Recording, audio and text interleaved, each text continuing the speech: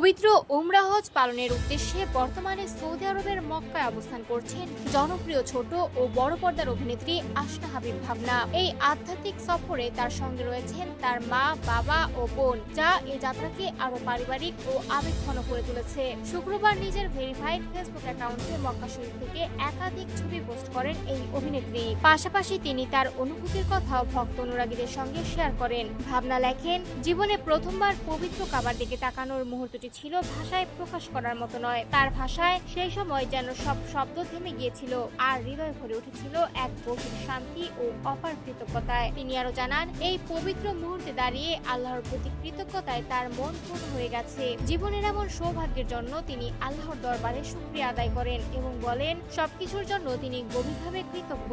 তার এই পোস্ট প্রকাশের পরপরই সামাজিক যোগাযোগ মাধ্যমে ব্যাপক সাড়া পড়ে যায়। সহকর্মী শিল্পী, ভক্ত অনুরাগী ও নেটিজেনরা মন্তব্যের ঘরে তাকে শুভেচ্ছা ও দোয়া জানাতে থাকেন। অনেকেই তার ও পরিবারের জন্য শান্তি, সুস্বাস্থ্য এবং নিরাপদ উমরা পালনের কামনা করেন। প্রসঙ্গত, ছোট পর্দার মাধ্যমে অভিনয় জগতে যাত্রা শুরু হয় আশনা হাবিব ভাবনার। পরবর্তীতে 2017 সালে নির্মাতা অনিমেষ আইচ পরিচালিত ভয়ঙ্কর সুন্দর সিনেমার মাধ্যমে বড় পর্দায় তার অভিষেক ঘটে। এরপর ওপার বাংলার জনপ্রিয় অভিনেতা পরমব্রত চ্যাটার্জির বিপরীতে নয়নতারা সিনেমায় অভিনয় করে তিনি প্রশংসিত হন। এছাড়া লাল মোরগের ছুটি ও দামপাড়ার মতো ভিন্নধর্মী চলচ্চিত্র অভিনয়ের মাধ্যমে তিনি নিজেকে একজন সম্ভাবনাময় অভিনেত্রী হিসেবে প্রতিষ্ঠিত করেছেন। অভিনয়ের পাশাপাশি তিনি চিত্রশিল্পী, নৃত্য ও লেখালেখির সঙ্গেও যুক্ত, যা তাকে বহুমাত্রিক প্রতিভার অধিকারী হিসেবে পরিচিতি দিয়েছে।